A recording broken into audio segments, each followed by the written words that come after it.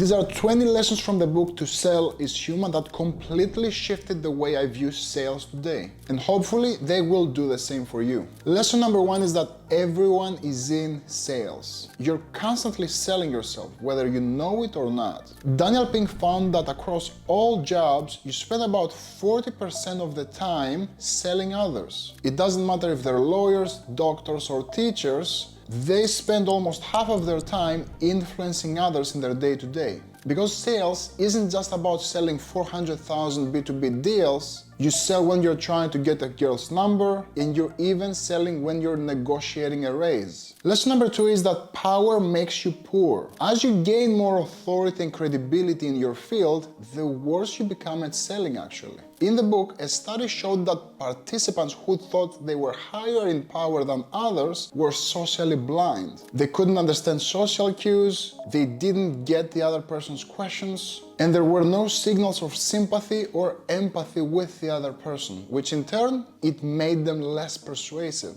And when it came to me in the world of sales today, it's not really about how much authority or credibility you have. It's about how well you show empathy towards the other person and you help them understand their own problems. I could be the biggest sales guru in the world, but unless I show the other person that I've been in their shoes and I understand their situation, I will never be able to sell to them. And before we move to number 3, we have a goal of helping 100,000 sales professionals increase their sales, so make sure you hit subscribe. Lesson number 3 is that personalization can actually kill the sale.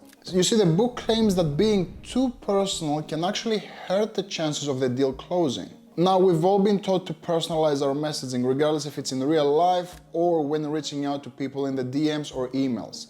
But when you do it too much, it feels that you're trying to influence the other person, and it actually triggers more resistance. So instead of building trust, it starts feeling fake and manipulative, and it hurts the chances of you closing the deal. Now, I know everyone keeps telling you to read the book How to Win Friends and Influence People, but the reality is, personalization only becomes powerful when used sparingly. Now, what that means for you is, don't keep overusing the other person's name when in conversation. Use it a couple of times over 15 minutes, and when it comes to your outreach, only use one personalized opener at a time. Because nothing feels less personal than overly trying to be too personal. Lesson number 4 is that affirmations make you feel good, but questions make you feel better. Every personal development guru online tells you to create affirmations and repeat them to yourself in the mirror, but the reality is, a study found that salespeople who turned affirmations into questions actually performed better. Instead of repeating to themselves, "I will succeed, I am great at sales, I will close this deal,"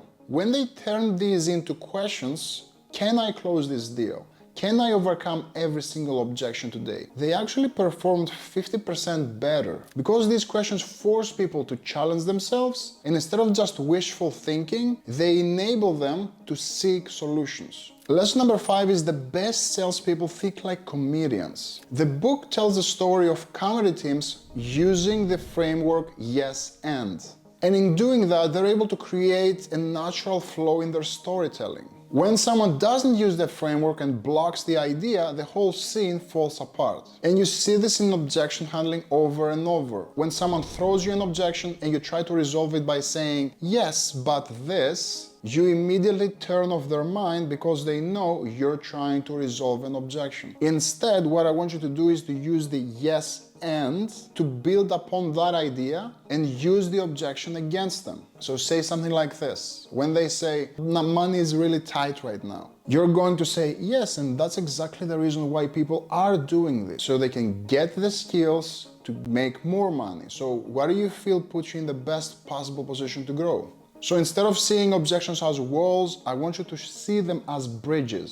Instead of shutting them down, stack on top of the objections by using the yes and technique. Lesson number 6 is that identity drives behavior. People tend to act in ways that match how they see themselves or how others label them. So when voters were told that they were most likely to participate, what did they do? It actually showed that they had a higher show-up rate. They showed up and they voted. You see, our identity is like a thermostat. It controls behavior to match the setting that you're in. If you set the temperature high, people will raise the standard to meet it. So if you enable people in your sales calls to see themselves as action takers and you actually label them that way, chances are they're going to take action. Lesson number 7 is that transparency creates a competitive advantage. Being open and honest actually can separate you from the competition. This used to happen back in the 80s when used car sales professionals used hiding their prices and information as an advantage. So what did CarMax do? They did away with all the hidden prices and they were transparent with the market. They showed their prices, they didn't use any tricky techniques or sales tactics, which helped them build trust and earn the other person's business. So a key lesson for you is to be open with your flaws. It's like saying, yes, this product isn't perfect, but this is how this could benefit you.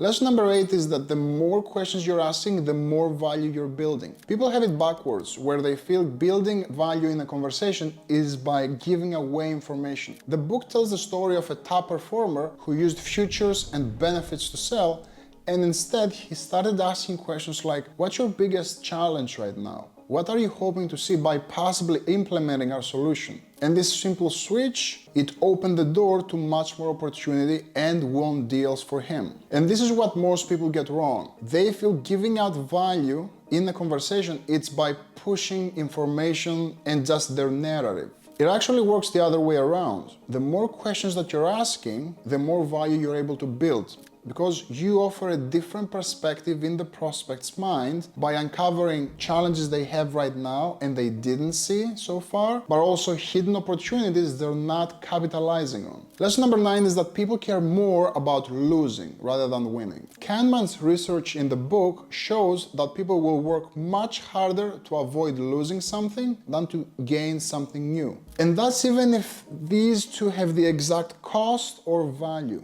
So always frame your solutions in terms of what people are going to capture and avoid losing, rather than what they're going to gain out of them. Lesson number 10 is to show what's possible, not what it is. What someone could become interests them much more than what they are today. And we find this to be true when NBA scouts are scouting out new players. They will always pick rookies first based on their potential, rather than veterans with a higher skill set than the rookies. So before ever presenting your solution, paint a picture of the future. What's a vibrant vision that the prospect will step into if you guys were to work together? I want you to always paint mind movies when you do that. So you know when you went deep enough, when the prospect talks about how their perfect day will look like. Where are they living? How their organization is going to look like? How's their family or team is going to benefit out of you guys working together. Number 11, understanding others makes sales much easier. Understanding someone's thought process will give you much deeper insight rather than just understanding their emotions. The book shows that negotiators who understood the other party's narrative and logic patterns made better deals rather than just aligning with their emotions. Most people focus on where their prospect is today, their health state, and their heaven state, where they want to go, but they put a plan together, a bridge that connects the two. And that's where most sales fall through. The prospect can't see a clear plan around getting them from A to Z. Number 12, mirroring builds trust. Small actions that match someone's behavior can build instant rapport. As it turns out, servers who repeated people's orders verbatim earned bigger tips than other servers who just paraphrased the order.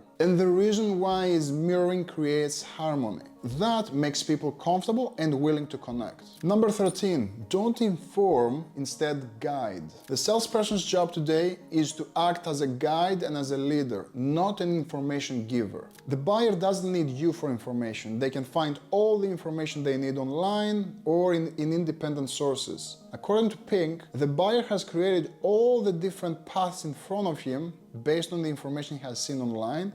Your job is to help him pick the right path. So don't tell prospects what they need to do or what they could do. Instead, put together a game plan for them and see if it aligns with their buying criteria. Number 14, clear options lead to more sales. When people have a lot of options in front of them and they're too similar, we freeze. So when you're offering your services, don't be quick to offer all the options and all the payment plans. Find out what the prospect's budget is and their buying criteria. What do they value most, the more premium options or the more affordable options, and tailor a plan accordingly. Do not offer more than 3 options at once because confused minds don't buy. Lesson 15, curiosity drives action. When Twitter or X prompted you to write a tweet, it used to ask, "What are you doing?" They shifted it to "What's happening?" That sparked way more engagement because it makes people curious. And as it turns out, curiosity-based pitches work way better than just listing features and options. So in your sales presentations, replace the "here's what it is" and shift it to "here's something that you might not know." This unlocks curiosity and it drives people's attention because they want to learn more. Number 16 is unfinished stories drive attention. People are driven to finish what they start. Open loops keep people coming back for more. So in your conversation, make sure to introduce cliffhangers. Don't just give out all the information at once, but put together a narrative like the hero's journey with open loops along the way to keep people hooked and waiting for more. And number 17, fewer options lead to easier decisions. Too many options overwhelm people and they block them from making a decision. The instinct most people have is to just push all the options that they have on the table. But the thing is, when you curate the options according to the other person's needs, the person can make, number 1, a more informed decision, but also your sales cycle will shorten as a result of it. Number 19, stories stick better than data. Studies show that people relate more and buy more into stories rather than raw data. What I want you to keep in the back of your mind is each data point has to drive an emotion. Each data point has to tell a story. So every time you offer a data point, you need to point it back into their world. So you can say something like this. So you have one weekly coaching call every single week, and what that allows you to do is every time you feel stuck in your day-to-day, you can pop up into the weekly call and ask any question that you have.